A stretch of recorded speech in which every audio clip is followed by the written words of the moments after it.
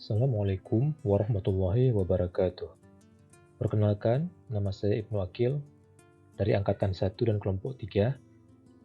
Pada kesempatan kali ini, saya akan memaparkan tentang Smart ASN dan Manajemen ASN pada bagian pengaraan barang dan jasa Sedakap Pidijaya. Mari kita bahas satu persatu. Kita mulai dari profil pemerintahan Kabupaten Pidijaya. Yang pertama, visi daripada Kabupaten Pidijaya adalah terwujudnya masyarakat Pidijaya yang Islami, adil, damai, dan sejahtera. Kemudian, misi daripada Kabupaten Pidijaya ada 7, yaitu yang pertama, memperkuat pelaksanaan syariat Islam beserta nilai-nilai keislaman dengan membangkitkan kembali budaya lokal. Kemudian, misi yang kedua, melanjutkan reformasi birokrasi dengan meningkatkan layanan pemerintahan dan pembangunan yang berkualitas. Selanjutnya yang ketiga, mengedepankan dan memelihara perdamaian untuk mendukung penyelenggaraan pemerintahan dan peningkatan kualitas pembangunan yang berkelanjutan. Selanjutnya yang keempat, membangun masyarakat yang berkualitas melalui peningkatan efisiensi dan daya saing. Dan yang kelima, memperbaiki kualitas infrastruktur layanan dasar masyarakat secara terintegrasi dan terkoneksi secara proporsional. Selanjutnya yang keenam adalah menjamin akses terhadap kedaulatan dan ketahanan pangan dengan menciptakan nilai tambah yang berimplikasi kepada peningkatan kesejahteraan petani dan nelayan. Dan yang ketujuh adalah memperkuat daya saing dan kemandirian daerah melalui optimalisasi pemberdayaan pemerintahan kampung. Bagian pengadaan barang dan jasa termasuk ke dalam bagian struktur organisasi Sekretariat Daerah Kabupaten Pidijaya, di mana bagian pengadaan barang dan jasa bertanggung jawab terhadap bagian perekonomian dan pembangunan, dan selanjutnya bertanggung jawab kepada Sekretaris Daerah. Bagian pengadaan barang dan jasa dipimpin oleh Kepala Bagian. Kemudian, di bawah Kepala Bagian terdapat 3 subbagian, yaitu yang pertama subbagian pengelolaan pengadaan barang dan jasa yang dikoordinir oleh Kepala Subbagian Pengelolaan Pengadaan Barang dan Jasa. Kemudian yang kedua adalah subbagian pengelolaan layanan pengadaan secara elektronik yang dikoordinir oleh Kepala Subbagian Pengelolaan Layanan Pengadaan secara elektronik.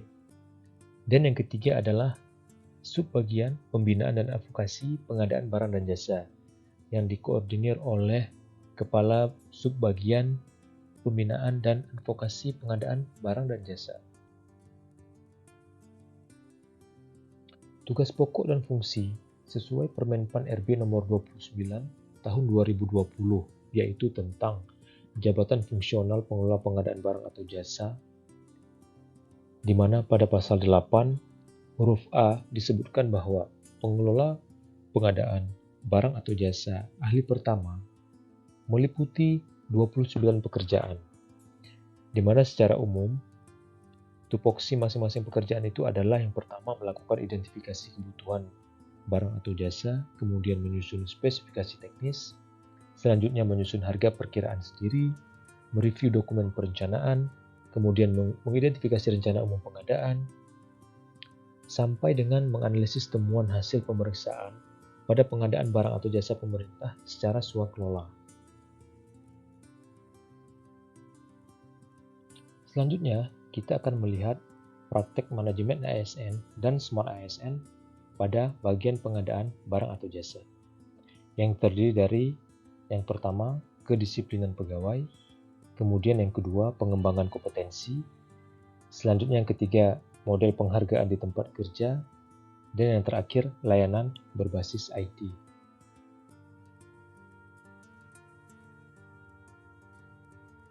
Kedisiplinan pegawai merupakan salah satu faktor penting dalam mewujudkan tata kelola pemerintahan yang sangat baik. Salah satu contoh kedisiplinan pegawai pada pemerintahan Kabupaten Pidijaya, khususnya pada bagian pengadaan barang dan jasa adalah telah menerapkan fingerprint face recognition dalam melakukan absensi pegawai.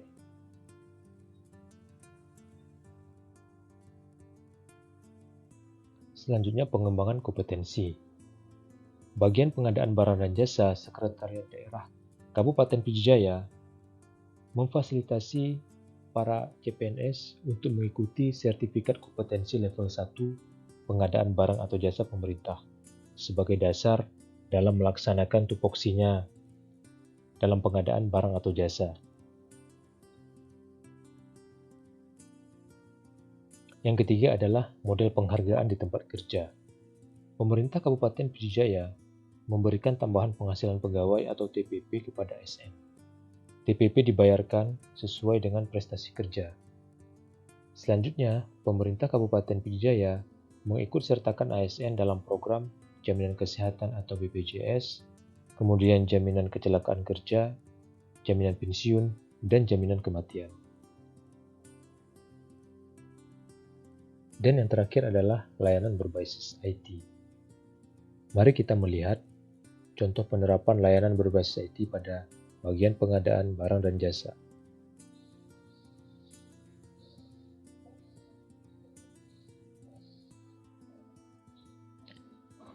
Aplikasi Sistem Informasi Rencana Umum Pengadaan atau SIRUP adalah aplikasi yang berbasis website. Berisi daftar dan jadwal rencana umum pengadaan seluruh kementerian atau lembaga atau pemerintah daerah.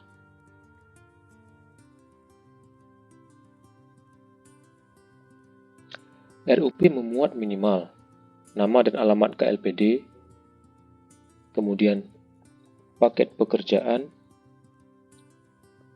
kemudian lokasi pekerjaan, dan selanjutnya perkiraan besaran penggunaan biaya. Kita melihat contoh rekapitulasi RUP pada Kabupaten Pidijaya. Kemudian manfaat penggunaan aplikasi SIRUP ini, yaitu yang pertama, meningkatkan transparansi dan akuntabilitas. Kemudian yang kedua, meningkatkan akses pasar dan persaingan usaha yang sehat. Selanjutnya, mendukung proses monitoring dan audit. Dan yang terakhir, memperbaiki tingkat efisiensi proses pengadaan.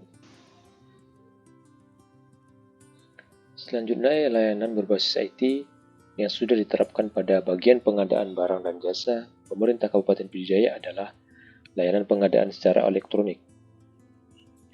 Layanan pengadaan secara elektronik adalah aplikasi berbasis website, di mana LPSI ini tujuannya adalah untuk mendukung proses pengadaan barang atau jasa secara elektronik yang dapat berjalan secara lebih efektif, efisien, transparan, serta akuntabel, sehingga dapat tercipta persaingan sehat antar pelaku usaha dan optimalisasi belanja negara dapat diwujudkan.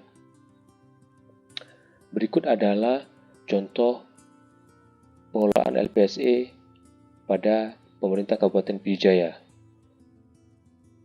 Dari website ini, kita bisa melihat proses pelaksanaan tender dimulai dari pengumuman tender, kemudian jumlah peserta tender, kemudian hasil evaluasi dari tender, kemudian pemenang tender, dan yang terakhir adalah pemenang yang berkontrak.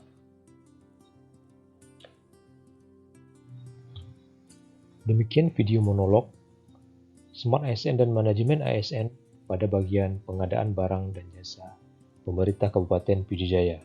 Semoga bermanfaat. Terima kasih.